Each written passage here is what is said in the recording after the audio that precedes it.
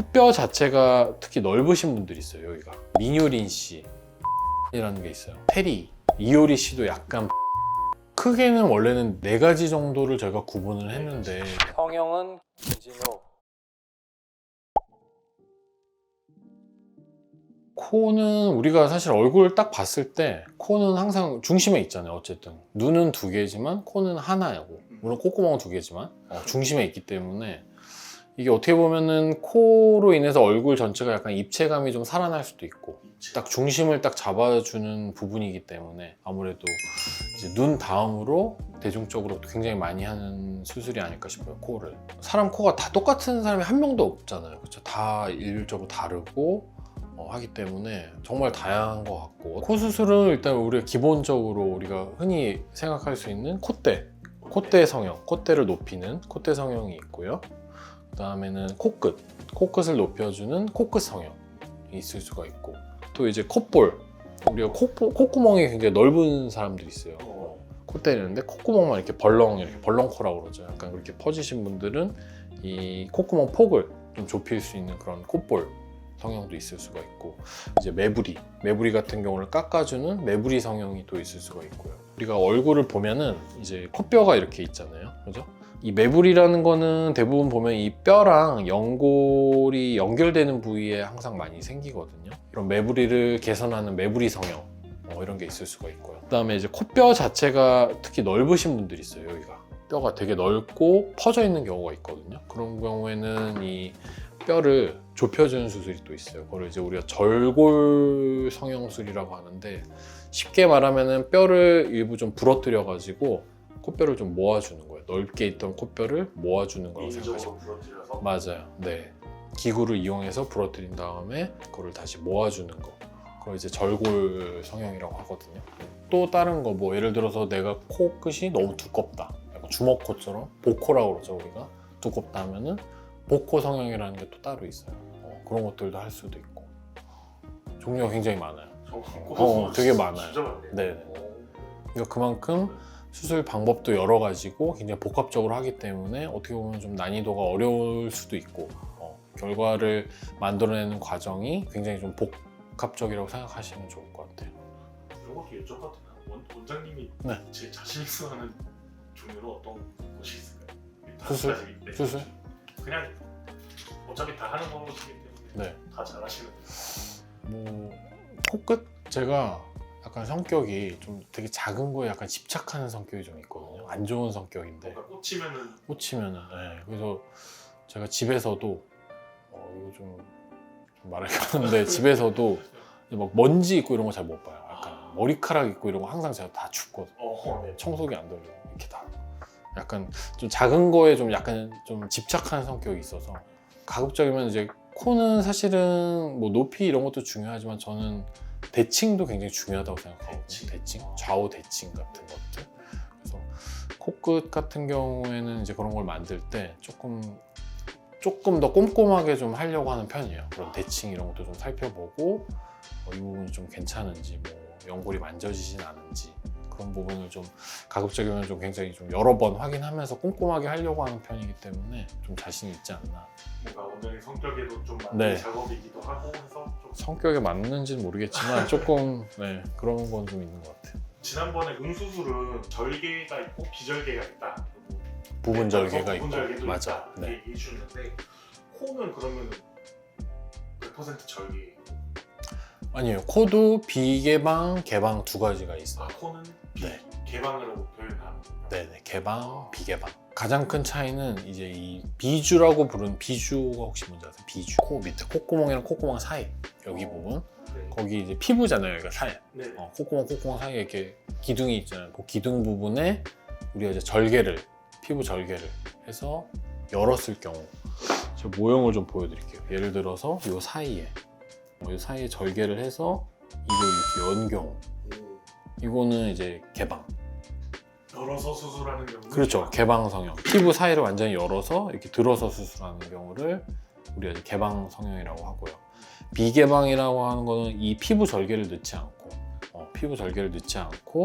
이 콧구멍 안쪽에만 절개해서, 결국에 이 비주 부분에 흉터가 생기냐 안 생기냐 그 차이라고 보시면 돼요. 그게 이제 비개방. 이제 이거를 완전히 피부를 여냐 아니면 이 안으로만 하냐 그 차이라고 보시면 돼요. 아무래도 비개방이 조금 더 회복이 좀 더 빠르긴 하겠죠. 특히 이제 겉에 쪽을 절개를 안 하니까 안쪽에만 절개하고. 근데 이제 비개방으로 하면은 뭐 비절개 눈이랑 마찬가지로 아무래도 좀 접근이 좀 약간 제한적이고 우리가 시야가 완전히 확보가 좀 안 되는 경우가 많기 때문에 아무래도 이제 아까 근데 말씀드렸지만 코는 굉장히 좀 다양한 복합적인 방법이 많이 들어가잖아요. 그래서 그런 걸 많이 해야 될 때는 결국에 개방을 하는 경우가 조금 더 많긴 한 것 같아요. 비개방으로는 조금 한계가 있는 부분. 비개방으로도 물론 분명히 할 수 있는 부분도 있지만 이제 뭔가 좀 복잡하거나 비개방으로 접근이 어려운 방법 같은 경우에는 결국에 이제 개방으로 하는 경우가 훨씬 많긴 하죠.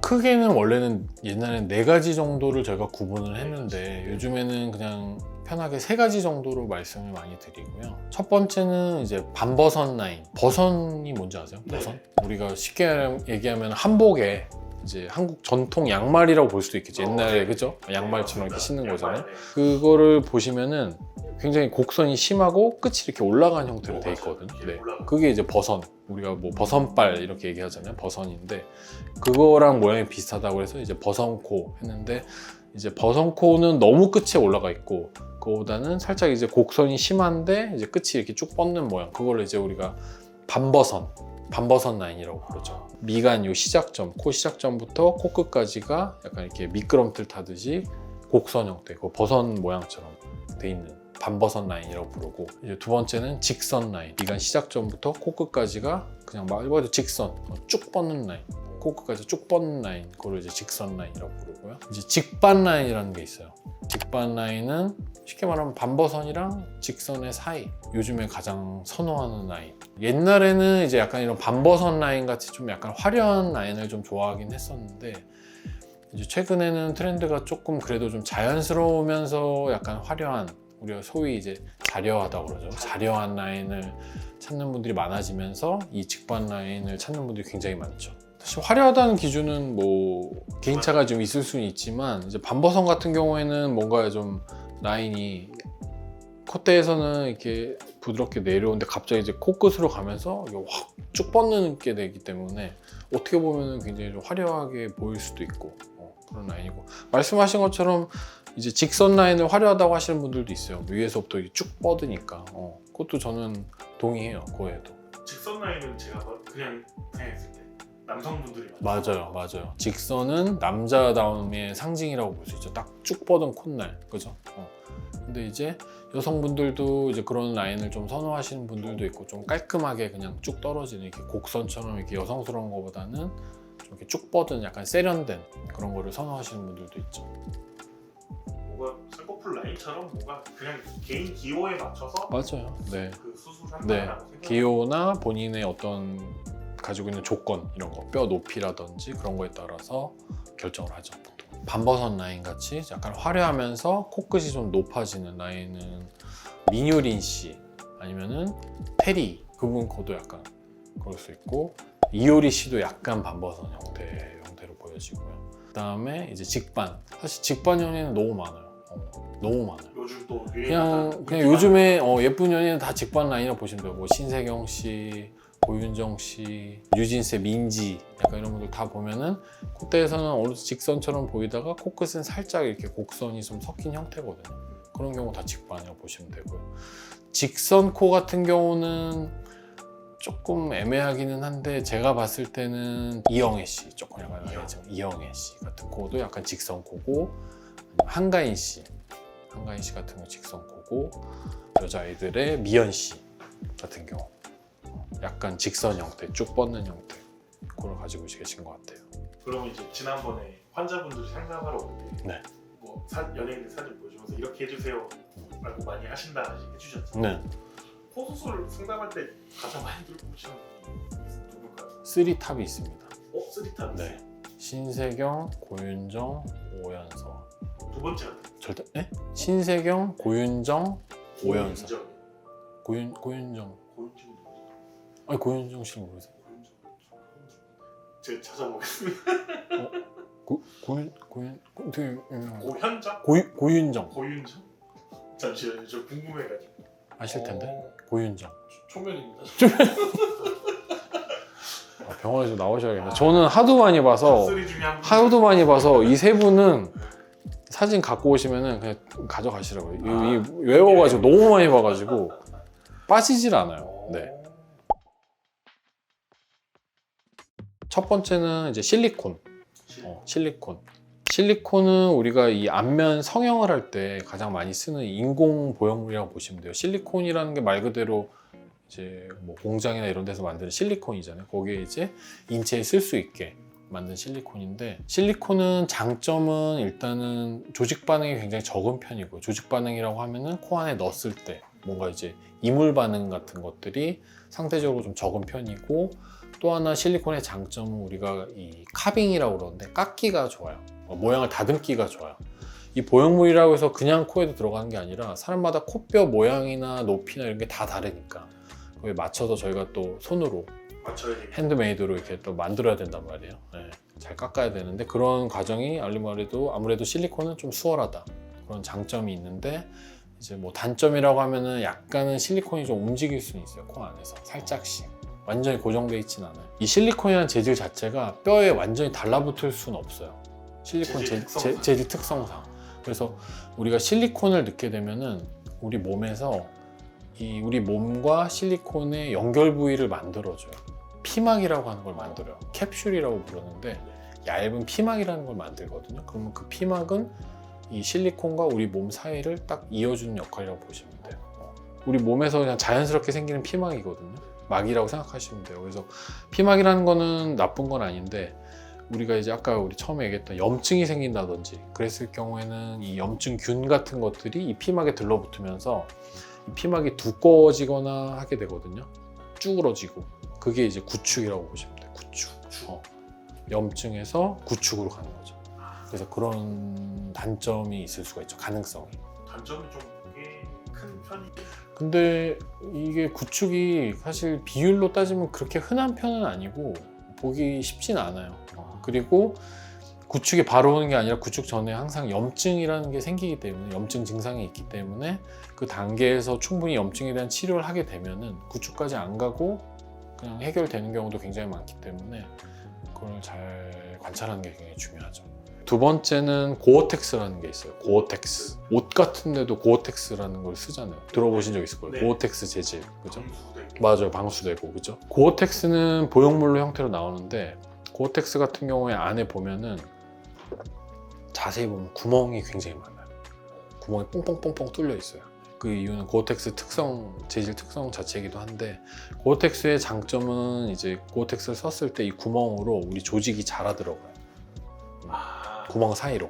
실리콘은 이렇게 막이 생기는 반면에 그렇죠. 그 고어텍스 같은 경우 고어텍스는 구멍으로 조직이 들어가기 때문에 꽉 잡아줘요. 그래서 움직이지 않아요, 내가. 움직이지 않고 단단하게 고정이 된다는 장점이 있는데, 이게 장점이자 뒤집으면 단점이 되는 게, 만약에 우리가 이 고어텍스를 제거를 해야 돼요. 그러면은 제거하기가 힘들어요. 조직이 꽉 잡고 있기 때문에 이 조직들을 다 제거를 해줘야 돼요. 그 제거해야 되는 경우가 혹시 어떤 경우가 있을까요? 뭐 모양이 불만족이어서 재수술을 그런 거를, 그렇죠, 재수술을 결심하지 않으면 뭐 그럴 리는 없긴 하죠. 사실은 예전에는 좀 많이 이것도 약간 유행처럼 뭐 한 10년, 20년 전에 많이 썼는데, 요즘에는 그렇게 쓰는 병원 제가 알기로는 거의 없어요. 네, 거의 없어요. 그래서 고어텍스 같은 경우에는 이제 이런 장점이 있기 때문에 뭐 실리콘을 썼을 때 약간 실리콘이 좀 비쳐 보일 가능성이 있다든지 그럴 경우에는 고어텍스를 고려해 보는 것도 나쁘진 않아요. 그 다음에 이제 세 번째로 이제 많이 쓰는 거는 이제 자가진피라는 게 있어요. 조금 어려운데, 진피라는 게 혹시 들어보신 적 있으세요? 피부를 층을 나누면은 이제 겉에 있는 피부층이 있고, 피부 밑에 표피층이 있고, 그 밑에 이제 진피층이라는 게 있어요. 쉽게 말하면 살이에요. 살인데 이제 약간 부피를 가지고 있는 살이라고 보시면 돼요. 그래서 이거를 콧대에다 넣는 거예요. 진피를. 자가진피. 살을 넣게 되는 거죠. 그렇죠. 살을 넣는 거죠. 실리콘이나 이런 인공 보형물, 우리 몸에서 나온 게 아닌 인공 보형물을 썼다가 부작용이 생긴 경우에 제일 많이 쓰고, 아니면은 이제 환자분들이 약간 거부감을 가지신 분도 있어. 나는 실리콘 쓰기 싫어. 뭔가 고용물에 뭔가 보형물에 대한 거부감. 이제 아까 우리 얘기했던 구축 이런 거에 대한 이제 약간 공포심 이런 것 때문에 나는 보형물을 쓰기 싫은데 그래도 콧대는 좀 높이고 싶어 이럴 때 이제 그 진피를 쓰게 되고, 진피는 보통 이 엉덩이 쪽에서 많이 채취를 해요. 엉덩이가 우리가 살이 많잖아요. 살이 많잖아요. 거기에 이제 그 엉덩이 골 쪽으로 해가지고 절개하면은 흉터도 생각보다 잘 안 보이고. 근데 이제 이 진피의 단점은 두 가지가 있어요. 제가 봤을 때는 조금 모양이 실리콘처럼 이렇게 매끈한 모양은 안 나와요. 우리 아까 보형물 봤잖아요. 네. 매끈하게 콧대가 나와야 되는데 완전 매끈한 모양이 나오긴 조금 어려운 거. 그다음 두 번째는 시간이 지나면서 조금씩은 흡수가 될 수 있어요. 처음보다 흡수가 될 수 있다면 약좀 낮아지는 거죠. 처음에는 높았는데 낮아지는 거죠. 그렇기 때문에 진피는 어느 정도 흡수 가능성도 생각을 해서 조금 더 약간 과교정을 하는 경우가 좀 많은 것 같아요. 그거를 대비해서? 생각해서. 근데 사실 그게 예측은 좀 불가능하기 때문에 뭐 예를 들어서 너무 두껍게 넣었다가 이게 흡수 안 되면 그대로 있을 수도 있으니까 살짝만. 그다음에 마지막으로 하나 더 말씀드리면은 요즘에는 이제 자가늑연골이라고 해서 늑연골을 쓰는 경우도 있어요. 네, 갈비뼈, 연골. 물 띄어가지고 이거를 잘 다듬어요. 그래가지고 콧대에다 넣는 거예요. 자가늑연골의 장점은 이제 인공보형물이 아니라 이제 내 조직이기 때문에 아무래도 그런 염증이나 이런 게 훨씬 좀 확률이 떨어지고, 진피처럼 그렇게 막 흡수가 많이 낮아지거나 하지 않고 단단하기 때문에 모양이 좀 유지가 되는 장점이 있는데, 단점은 일단 이걸 떼야 되고 좀 아프겠죠. 과정이 좀 험난하죠. 이거 떼야 되고, 그다음에 이걸 또 잘 깎아야 되고, 그다음에 늑연골은 만져보시면 알겠지만 좀 딱딱해요. 실리콘은 말랑말랑 하잖아요. 딱딱하기 때문에 아무래도 좀 만졌을 때 좀 딱딱한 것도 좀 있죠. 모든 수술은 신중히 접근해야죠. 당연히. 일단 모든 수술은 뭐 부작용이 생길 수밖에 없지만, 이제 제가 생각하는 가장 큰 부작용은 이제 모양 불만족. 늘 얘기하지만 모양이 불만족인 게 가장 크고, 근데 이제 눈보다 코가 조금 더 이제 부작용이 많지 않냐고 말씀하시면은 조금 더 많다고 생각할 수는 있어요. 왜 그러냐면은 코에는 우리가 보형물을 사용하는 경우가 굉장히 많기 때문에, 그러니까 내 몸에서 나는 게 아닌 인공 보형물을 쓰는 경우가 많기 때문에 아무래도 눈보다는 조금 더 그런 보형물 때문에 올 수 있는 부작용의 확률이 좀 있겠죠. 보형물 써서 염증이 와서 구축이 온다든지, 또는 뭐 보형물이 조금 비쳐 보일 수도 있고요. 피부가 얇으신 분들은 보형물이 약간 겉으로 비쳐 보이는 경우도 있을 수가 있고, 또 하나는 보형물이 좀 약간 틀어져 보인다든지, 약간 휘어 보인다든지, 그런 경우도 생길 수가 있기 때문에 아무래도 그런 면에서는 보형물을 사용하는 경우가 많기 때문에 조금 눈보다는 조금 더 그런 부작용이라고 생각할 수 있는 그런 불만족이 좀 생길 수가 있겠죠. 코 수술은 신중해야 되니까 코 수술 하기 전에 필러부터 맞아보고 결정해라, 이런 얘기도 있더라고요. 저도 그렇게 그 필러에 대해서 그렇게 부정적이진 않아요. 왜냐면은 사실 수술이라는 게, 제가 수술을 받는다고 생각해도 그 수술을 하려고 마음 먹는 게 굉장히 좀 어려운 고민일 것 같거든요. 큰일이잖아요, 그죠? 어쨌든 내 신체를 바꾸는 거기 때문에 좀 무섭기도 하고, 누우면 또 더 무섭단 말이에요. 그렇기 때문에. 근데 이제 그걸 어쨌든, 근데 수술을 이제 나는 그냥 한 번에 수술을 할래 하시는 분들이 있고요. 약간 수술을 하고는 싶은데 내가 어떤 모양이 나올지 약간 좀 고민이 되시는 분들도 있어요. 실제 내 코가, 물론 이제 뭐 시뮬레이션이라든지 여러 가지로 뭐 대충 볼 수는 있겠지만, 실제로 내 코에 적용을 했을 때 뭐 예를 들어서 내 콧대가 좀 높아지면 어떤 느낌일까, 약간 이걸 되게 궁금해 하시는 분들도 많거든요. 수술은 조금 약간 좀 고민이신 분들, 그런 경우에는 뭐 콧대에다가 그런 필러 같은 거를 안전하게 써서 뭐 콧대를 높여보는 것도 나쁘지 않죠. 그래서 왜냐면 요즘에 콧대에 쓰는 필러는 대부분 이제 녹일 수 있는 필러가 많기 때문에 뭐 마음에 안 들면 어느 정도 녹일 수 있고 가능하니까. 근데 이제 녹지 않는 필러 같은 경우에는 조금 생각을 잘 하고 하시는 게 좋죠. 수술적으로 제거를 해야 되는 경우가 생길 수가 있기 때문에, 제거를 했을 때. 그래서 저는 필러 자체 그렇게 부정적이진 않는데 어쨌든 고민을 잘 해보시는 게 좋고, 근데 저는 실을 넣는 거에 대해서는 조금 부정적이긴 해요. 코에다가. 실을 넣는다? 네네. 실을 넣는 경우는 어떤 경우? 요즘에 이제 뭐 무슨 코 뭐 해가지고 실을 넣는 경우도 있거든요. 실 리프팅 하는 거랑 비슷한 원리라고 보시면 되는데, 실 같은 경우에 이제 보통은 코끝에다가 많이 쓰는 경우가 있거든요. 코끝을 높일 때 실 리프팅을 통해서 높이는 경우가 있고, 어떤 분들은 이제 콧대에다가 실을 여러 개를 넣어서 높이는 경우도 있어요. 근데 그 자체로 모양이 괜찮을 수도 있어요. 실로 실을 굉장히 여러 개를 넣거든요. 근데 이제 저는 코 수술을 하니까 이제 그렇게 실 많이 넣으신 분들도 이제 해보면은, 어떤 분들은 막 정말 콧대에서 막 실이 뭐 3, 40개씩 나오는 경우도 있거든요. 네네. 그런 경우에 보면은 대부분이 피부 굉장히 가깝게 들어가 있어요, 실이. 이게 실이 녹는 실이라고는 하지만, 녹는 경우도 있지만 대부분은 보면은 색깔이 변해서 안에 남아있는 경우가 굉장히 많거든요. 실 자체가 완전히 녹아 없어지지 않고. 그런 경우에는 이제 실을 제거했을 때 실이 그 피부랑 어느 정도 붙어 있기 때문에 정상적인 조직도 좀 일부가 제거가 될 수 있고 하기 때문에, 뭐 피부가 더 얇아진다든지, 근데 그 상태에서 뭐 보형물이라든지 이런 걸 쓰게 되면은 보형물이 비쳐 보인다든지 그런 부작용이 또 생길 수 있기 때문에, 그런 것들은 좀 충분히 좀 고민을 해보고 하시는 게 좋을 것 같아요. 코 수술 같은 경우에는 이제 보통은 저희가 부목이라는 걸 대거든요. 코 쪽에 부목. 그쵸. 다리 다치면은 되듯이 부목 같은 거를 코에도 돼요. 되는 이유는 뭐 여러 가지가 있겠지만, 이제 보형물을 썼을 때 이 보형물이 흔들리지 않도록 모양을 잡아주는 역할 하나, 그 다음에는 초반에 이제 코가 수술하고 나면은 우리 그때 붓기 얘기했잖아요.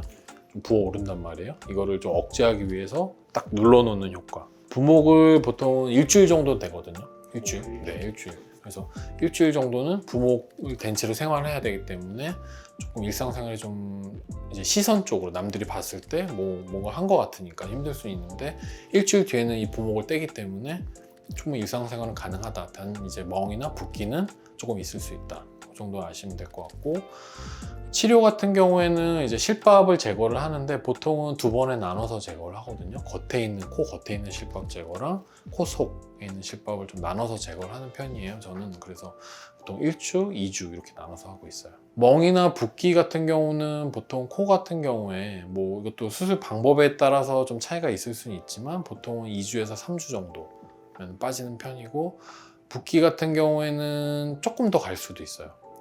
붓기도 이제 약간 우리가 큰 붓기, 이제 뭐 전체적으로 봤을 때 뭐 땡땡 부어 있다든지 이런 붓기는 보통은 1달 이내에는 거의 빠지는 편이고요. 대신에 이제 약간 이제 디테일한 잔붓기라고 그러죠. 코끝이나 이런 데 조금씩 남아있는 잔붓기들은 6개월 이상 가는 경우도 있어요. 서서히 빠져요. 서서히. 지난번에 그 냉찜질도 한번 얘기해 주셨는데, 네네. 이것도 뭐 똑같이 찜질? 비슷하다고 보시면 돼요. 그래서 저는 보통 일주일 정도는 냉찜질 하시라고 하고, 일주일 후에는 그냥 일상생활 하시면은 아무래도 이제 우리가 많이 걷게 되고 하다 보면은 조금 붓기가 빠질 수 있고요. 추가적으로 멍이나 이런 게 좀 있을 경우에는 일주일 이후에 온찜질 하시는 걸 추천드리고. 성형은 김진호. 우리가 눈 다음으로 많이 찾는 게 사실 코 성형인데요. 이제 코 성형은 이제 부작용에 대한 걱정을 하시는 분들이 좀 많은 것 같아요. 제가 직접 보더라도. 근데 우리 얼굴에 맞게 조화롭게 자기가 가진 조건 내에서 안전하게 수술하면은 사실 코도 충분히 내가 만족할 만한 결과를 내면 굉장히 만족도가 높은 수술이기 때문에, 그런 것들을 잘 고려를 하셔서 충분한 상담을 통해서 하시는 게 좋을 것 같아요. 네, 지금까지 저희가 코 성형에 대해서 말씀드렸는데요. 저희 영상이 도움이 되셨다면 구독과 좋아요 꼭 눌러주시고, 궁금하신 점 있으시면 댓글 남겨주시면 저희가 다음 영상에서 참고하도록 하겠습니다. 감사합니다.